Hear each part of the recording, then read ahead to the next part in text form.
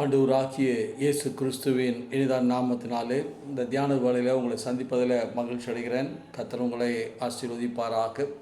இதனாலும் கூட சிந்திக்கும்படியாக தெரிந்து கொள்ளப்பட்ட வேத வசனம் பரிசுத்தர் லூக்கா எழுதின சுவிசேஷம் 11ஆம் அதிகாரம் 35ஆம் வசனம். ஆகையால் உன்னிலுள்ள வெளிச்சம் இருளாகாதபடி எச்சரிக்கையாயிரு.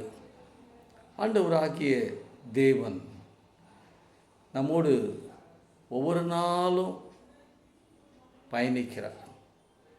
ஒவ்வொரு நாளும் ஆண்டவருக்கு பிரியமான காரியங்களை செய்ய வேண்டும் என்பதை சொல்லித் தருகிறார்.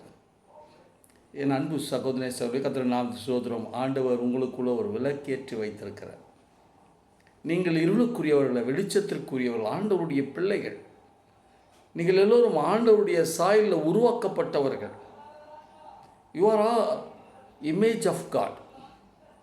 நீங்கள் ஒரு நாளும் இருளுக்குரியவர்கள் அல்ல, வெளிச்சத்திற்குரியவர்கள், ஆண்டவருடைய பிள்ளைகள். சங்கீதம் 18:28 வசனம் சொல்லுகிறது, தேவரீர் என் விளக்கை ஏற்றுகிறீர், என் இருளை வெளிச்சமாக்குகிறீர் என்று எழுதுகிறார். இங்கு ஆண்டவர் பிரசங்கிக்கிற பொழுது, உபதேசிக்கின்ற பொழுது, உங்கள் வெளிச்சம் இருளாகாதபடிக்கு எச்சரிக்கையாயிருங்கள் என்று சொன்னார். ஜாக்கிரதையா இருங்க. ஏனென்றால் ஆண்டவர் நம்ம ஒவ்வொருக்குள்ள விளக்கேற்றி இருக்கிறார். நம்ம இருளுக்குரியவர்கள் அல்ல, வெளிச்சம்க்கு உரியவர்களாக இருக்கணுன்றது தான். அதனால தான் ஆண்டவராகிய இயேசு சொன்னார், விளக்கை ஏற்றி மரக்காலில் மூடி வைக்கல. விளக்கை ஏற்றினால் மலையில் இருக்கிற பட்டம் ஒருவராலும் மறைத்து வைக்க முடியாது. விளக்கு தண்டின் மேல் விளக்கை வைத்தால் அந்த வீட்டில் இருக்கிற அனைவருக்கும் அது வெளிச்சத்தை கொடுக்கும் என்று எழுதுகிறார். அப்படியானால் நீங்கள் மற்றவர்களுக்கு பயனுள்ளவர்களாக இருக்க வேண்டும். மற்றவர்களோடு அன்பு செலுத்துகிறவர்களாக, ஆண்டவரை பிரதிபலிக்கிறவர்களாக இருக்க வேண்டும். என் அன்பு சகோதரி சகோதரன், நீங்கள் ஆண்டவருடைய பிள்ளைகள். நீங்கள் ஆண்டவரை பிரதிபலிக்கிறவர்களாக இருக்க வேண்டும். அதனால தான் இயேசு பிரசங்கிக்கிற பொழுது மத்தேயு சுவிசேஷம் 5ஆம் அதிகாரம் 16ஆம் வசனத்தில், உங்கள் வெளிச்சம் மற்றவர்களுக்கு முன்பாக பிரகாசிக்கணும்னு எழுதுகிறார். நம்முடைய வெளிச்சம், நமக்குள்ளே இருக்கிற கிறிஸ்து மற்றவர்களுக்கு பயன்படும்படி, மற்றவர்களுக்கு வழிநடத்துவதற்கு ஏற்றவாறு, ஆறுதல் படுத்துவதற்கு ஏற்றவாறு, தேற்றப்படுவதற்கு ஏற்றவாறு, விசாரிக்கிறதுக்கு ஏற்றவாறு இருக்க வேண்டும் என்பதுதான் நம்முடைய நோக்கமாக இருக்குது. நமக்குள்ள கிறிஸ்து இருந்தால் நாம் வெளிச்சத்திற்குரியவர்களாக இருப்போம். கிறிஸ்து நமக்குள்ள இருந்தால் நம்முடைய வெளிச்சம் முன்பாக பிரகாசிக்கும். தெளிவாய் சொல்கிறார் மத்தேயு 5:16, இவ்விதமாய் மனுஷர் உங்கள் நற்கிரியைகளை கண்டு பரலோகத்தில் இருக்கிற உங்கள் பிதாவை மகிம்படுத்தும்படி உங்கள் வெளிச்சம் மற்றும் முன்பாக பிரகாசிக்க கடவுது என்றார். கர்த்தருடைய நாமத்துக்கு ஸ்தோத்திரம். என் அன்பு சகோதரனே சகோதரியே, ஆண்டவர் உங்களுக்குள்ள ஒரு நற்கிரியைகளை செய்யும்படி வைத்திருக்கிறார். இயேசு உங்கள் உள்ளத்தில் இருப்பார் என்றால் நீங்கள் நற்கிரியைகளை செய்கிறவர்களாக இருப்பீர்கள். அது உங்கள் பெற்றோருக்கு ஆசீர்வாதமாக இருக்கும், மகிழ்ச்சியை கொடுக்கக்கூடியதாக இருக்கும். உன் குடும்ப உறவுகளுக்கு ஆசீர்வாதமாக இருக்கும், குடும்பத்தின் பிள்ளைகளுக்கு ஆசீர்வாதமாக இருக்கும், உடன் பிறந்தவர்களுக்கு ஆசீர்வாதமாக இருக்கும். நீங்கள் ஆண்டவரை பிரதிபலிக்கிறவர்களாக இருப்பீர்கள். குறையின் மத்தியில், தேவையில் மத்தியில், கண்ணீரோடு கவலையோடு இருக்கிற மக்களுக்கு நீங்கள் ஆறுதலாக இருப்பீர்கள். நீங்கள் தேற்றுகிறவர்களாக இருப்பீர்கள். ஆதரவற்று இருக்கிற மக்களுக்கு நீங்கள் ஆதரவாக இருப்பீர்கள். நீங்கள் உதவிக்கரம் நீட்டுகிறவர்களாக இருப்பீர்கள். உங்களுக்குள்ள கிறிஸ்து இருந்தால் உங்கள் வெளிச்சம் மற்றும் முன்பாக பிரகாசிக்கும். வேதம் தெளிவாய் சொல்லுது. பவுல் ரோமா திருச்சபையாருக்கு எழுதும்போது, ரோமருக்கு எழுதின நிருபம் 7ஆம் அதிகாரம் 19ஆம் வசனத்தை வாசிக்கிற பொழுது ஆண்டவர் தெளிவாக சொல்லுகிறார், நீங்கள் நன்மை செய்கிறவர்களாக இருக்க முடியும்னு எழுதுகிறார். கிறிஸ்து உங்களுக்குள்ளே இருந்தால் நீங்கள் நன்மை செய்கிறவர்களாக இருப்பீர்கள்.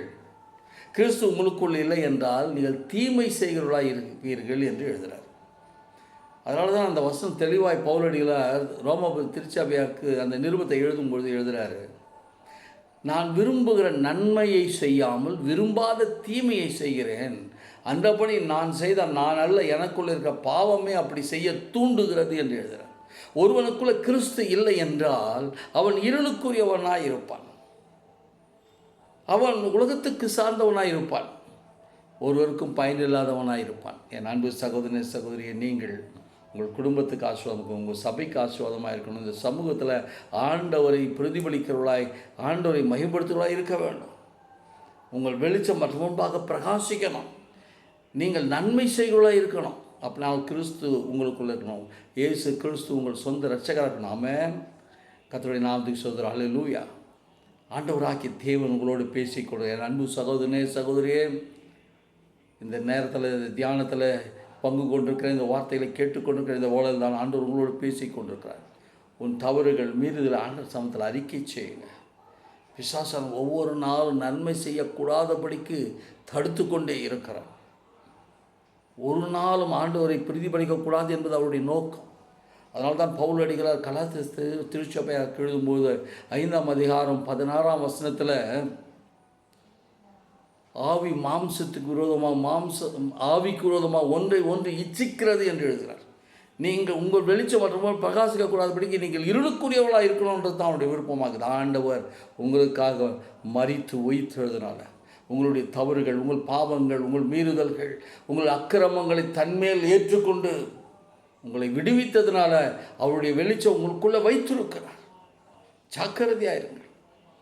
அதனால தான் பேதுரு ஆக்கியர் அழகாக எழுதுகிறார். 1 பேதுரு புஸ்தகம் 5ஆம் அதிகாரம் 8ஆம் வசனத்தில், தெளிந்த புத்தி உள்ளவர்களாயிருங்கள், விழித்திருங்கள், உங்கள் எதிராளியான பிசாசானவன் எவனை விழுங்கலாமோ, கர்ஜிக்கிற சிங்கத்தைப் போல எவனை விழுங்கலாமோ என்று காத்திருக்கிறான் என்று எழுதுகிறார்.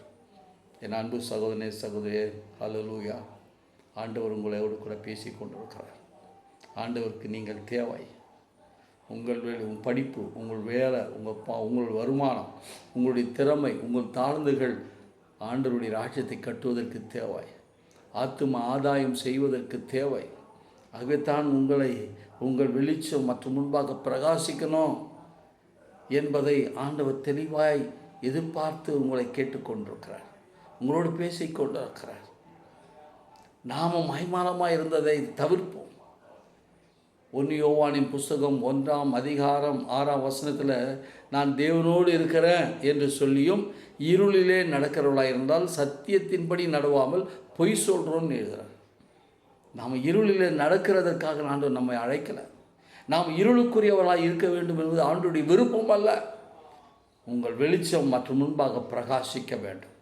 உங்களுடைய நற்பண்புகள், நற்குணங்கள், நற்செயல்கள் ஆத்தும ஆதாயம் செய்வதற்காக, ஆண்டவருடைய ராஜ்யத்தை கட்டுவதற்காக என்பதை மறந்து போகாது. அதற்காக தான் உங்களை அழைத்திருக்கிறார். நீங்கள் வெளிச்சம் மற்றும் முன்பாக பிரகாசிக்க உங்களை ஆண்டவருக்கு ஒப்புக்கொள்ளுங்கள். ஜெபம் செய்வோம். எங்களை நேசிக்கிறதான அன்பின் தகப்பனே, இந்த தியான வேளையில் என்னோடு இணைந்திருக்கிற உங்களுடைய பிள்ளைகளுக்காக உமக்கு ஸ்தோத்திரம். அவருடைய இருள் நீங்கட்டும் ஐயா.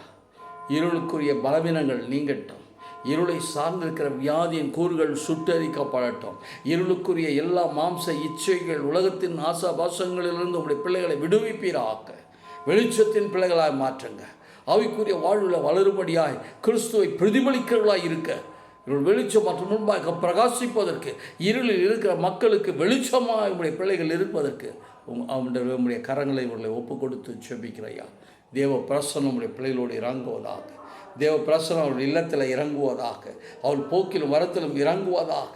உங்களுடைய தழும்பென கரங்களால் தொடுங்க இயேசுவின் நாமத்தினால. எல்லா விதமான பலவீனத்தின் கட்டுகள் உடைக்கப்படுவதாக. வியாதியின் கூறுகள் சுட்டெரிக்கப்படுவதாக. எல்லா பலவீனத்தின் கட்டுகள், பிசாசின் கிரியைகளிலிருந்து உங்களுடைய பிள்ளைகளை விடுவிக்கிற இயேசுவின் நாமத்தினால நல்ல சுகத்தை, ஆரோக்கியத்தை உங்களுடைய பிள்ளைகள் மேலே வைங்க ஆண்டவரே. உங்களுடைய பிள்ளைகள் உம்மை பிரதிபலிக்கிறவர்களாய் மாறட்டும். உம்மை மகிழ்ப்படுத்துவர்களாய் மாறட்டும். ஒரு நாளும் குறைவிட்டு போகாதபடிக்கு உம்மை பிரதிபலிக்கிறவர்களாக இருக்க உதவி செய்யும். உம்முடைய கரங்களை ஒப்பு கொடுக்கிறேன். கர்த்தர் பொறுப்படுத்துவோம். இயேசு கிறிஸ்துவின் நாமத்தினால் சொல்லி நல்ல பிதாவே, ஆமென், ஆமென்.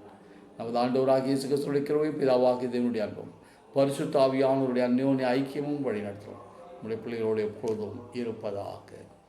ஆமென், ஆமென்.